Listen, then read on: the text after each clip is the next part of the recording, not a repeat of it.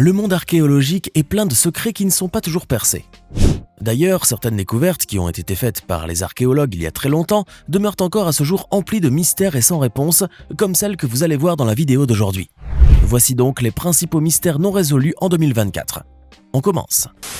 On ne cessera de le répéter, la construction des 3 pyramides de Gizeh en Égypte est l'un des plus grands mystères archéologiques de tous les temps. En effet, jusqu'à nos jours, on continue de se poser des questions sur la façon dont elles ont été faites, étant donné leur complexité et le poids des blocs de pierre qui ont servi à leur construction. Mais il n'y a pas que les 3 pyramides de Gizeh qui suscitent l'intérêt et la curiosité des archéologues et des égyptologues, car l'autre mystère reste le Sphinx bien sûr. Construit il y a environ 4500 ans, presque à la même période que les pyramides, le Sphinx est de loin la structure la plus mystérieuse du plateau de Gizeh. Ce monument emblématique fait de calcaire et de grès et qui représente une tête d'homme sur un corps de lion renferme à vrai dire beaucoup de secrets qui pourraient ne jamais être percés par qui que ce soit. Tout d'abord, il y a le fait qu'on ne sait pas qui l'a construit, ni pour quelle raison, bien que l'on suggère qu'il a été érigé pour soi-disant monter la garde et protéger les pyramides. On pense aussi qu'il représente l'un des pharaons, mais on ne connaîtra peut-être jamais la vraie raison qui a mené à sa construction. L'autre question que l'on se pose aussi est la suivante. Le Sphinx renferme-t-il quelque chose en son intérieur ? Logiquement, ce ne serait pas le cas car la statue est taillée dans la roche. En revanche, certains pensent qu'il est assis sur une tombe. Le problème est que ce ne serait pas évident de vérifier ce genre de choses, vu qu'on ne peut pas trop s'approcher du Sphinx et qu'on ne peut pas le toucher non plus, en raison du matériau avec lequel il a été construit et qui le rend particulièrement fragile. Maintenant dites-moi, saviez-vous que le Sphinx de Gizeh a perdu son nez ? Vous avez certainement dû le remarquer, surtout si vous le voyez de profil. Alors, où et comment a-t-il disparu ? Ça, c'est un autre secret pour les scientifiques. Si vous faites partie des personnes qui sont fascinées par l'Antarctique et qui rêvent de pouvoir un jour l'explorer, vous avez donc certainement entendu parler de la fameuse pyramide qui a été découverte sur ce lieu isolé de tout. Mystérieuse et intrigante à la fois, cette pyramide de glace a donné lieu à diverses théories sur Internet. Il faut dire que cette structure, dont les images satellitaires ont largement circulé sur la toile, a été liée à l'existence de quelques civilisations sur le continent, voire même à la présence d'extraterrestres. Heureusement, le mystère n'a pas trop duré car on a fini par découvrir que cette pyramide de glace était à vrai dire tout à fait naturelle. Il s'agit en fait d'un sommet de la chaîne de montagnes Ellsworth, la plus haute chaîne de l'Antarctique. Bien, maintenant venons-en à la forme. Pourquoi à votre avis cette montagne est-elle en forme de pyramide ? Selon des experts en géologie, cela serait dû à la convergence des glaciers, un phénomène naturel qui est observé dans différents endroits dans le monde. Autrement dit, cette montagne doit probablement sa forme pyramidale à une érosion qui a duré très très longtemps. Mais il n'empêche qu'elle fait partie des formations géologiques les plus étranges de la planète. Beaucoup d'entre vous connaissent l'histoire de Pompéi, la tristement célèbre cité romaine qui a été détruite par l'éruption du Vésuve en l'an 79 après Jésus-Christ. Et vous n'êtes certainement pas sans savoir que cette catastrophe continue aujourd'hui encore de révéler ses secrets. En effet, d'innombrables vestiges n'ont cessé de faire leur apparition au fil du temps, comme ce fut le cas de certains objets et artefacts ayant appartenu aux habitants de la cité. Mais le plus intriguant n'est pas là. En fait, à cet endroit, il existe des personnes figées dans le plâtre. Oui, vous avez bien entendu. La raison ? Eh bien, ces personnes se sont initialement retrouvées enterrées sous la boue et les cendres pendant des siècles. Et ce n'est qu'après leur découverte, dans les années 1800, qu'il a été décidé de donner une forme à ces corps grâce à des moulages en plâtre.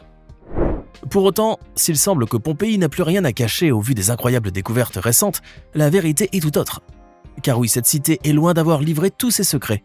Et le plus surprenant reste peut-être à venir. En Asie, et plus précisément au Laos, il existe un site qui n'a pas fini de fasciner les plus curieux. La plaine des Jarres. Située à quelques centaines de kilomètres de la capitale Vientiane, la plaine des Jarres est, comme son nom l'indique, un champ qui abrite probablement des milliers de jarres de pierre dispersées et qui a été découvert pour la première fois dans les années 1930 par l'archéologue français Madeleine Colany. Ces jarres sont en revanche très anciennes. On estime qu'elles sont vieilles de 2000 ans.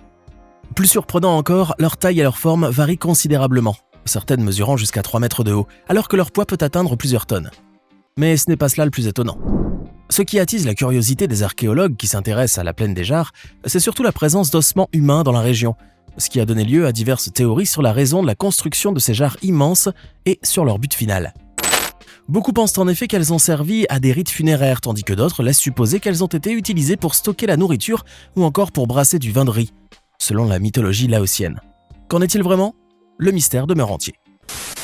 Saviez-vous qu'il existait autrefois une plante très précieuse mais très rare qui a malheureusement disparu de nos jours ? Cette plante, c'est le silphium, une espèce végétale qui poussait dans la ville grecque de Cyrène, dans l'actuelle Libye.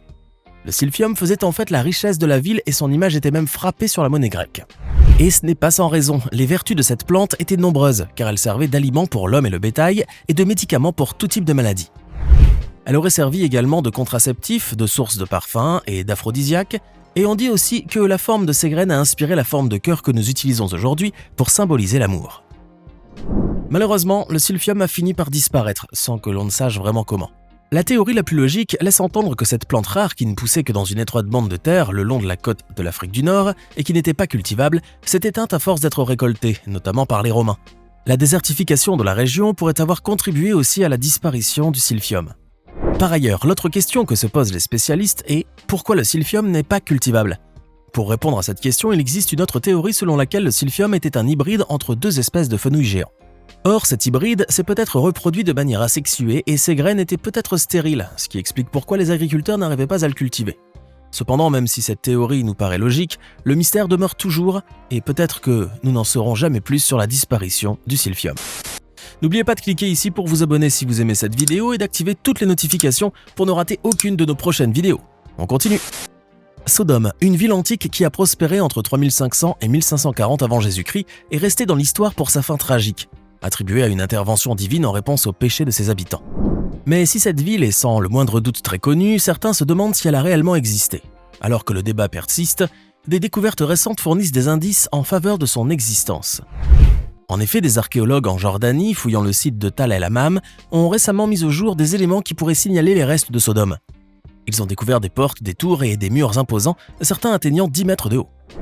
Ces structures, combinées avec l'emplacement et la taille du site, qui correspondent à la description de Sodome, ainsi que des preuves d'un abandon abrupt, renforcent l'idée que Tal el-Hammam pourrait bien être cette ville légendaire. Si un jour l'envie vous prend de visiter la Bolivie, retenez un nom. Pumapunku. Ce site est l'un des plus antiques du pays, mais c'est aussi l'un des plus mystérieux du monde, et ce n'est pas à tort. En fait, depuis toujours, archéologues et historiens s'intéressent de près à ce site situé dans les Andes, au sud-est du lac Titicaca, en raison de la précision extraordinaire et la complexité qui caractérisent ses ruines et ses structures. Il faut dire aussi que l'âge exact du site de Pumapunku est méconnu, étant donné que les résultats de la datation au radiocarbone ont été contestés.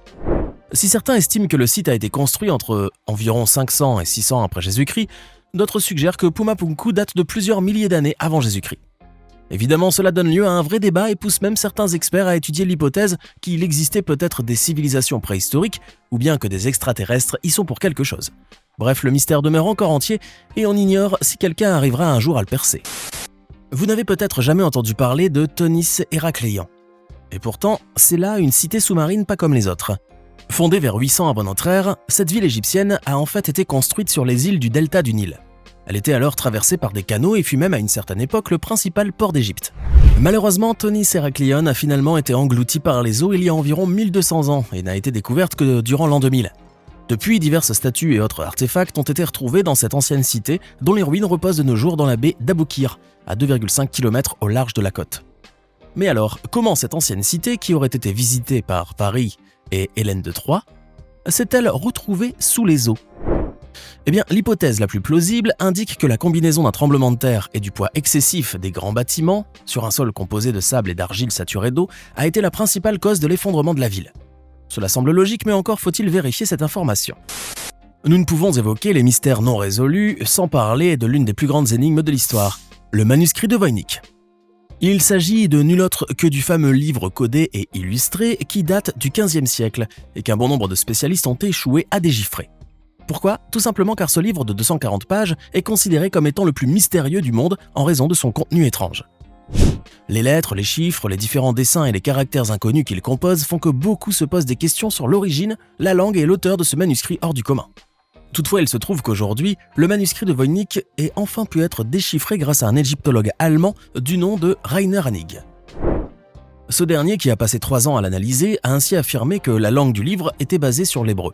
Le scientifique a même réussi à traduire des phrases complètes. On ignore cependant si le mystère du manuscrit de Voynich a fini par être entièrement résolu. Affaire à suivre.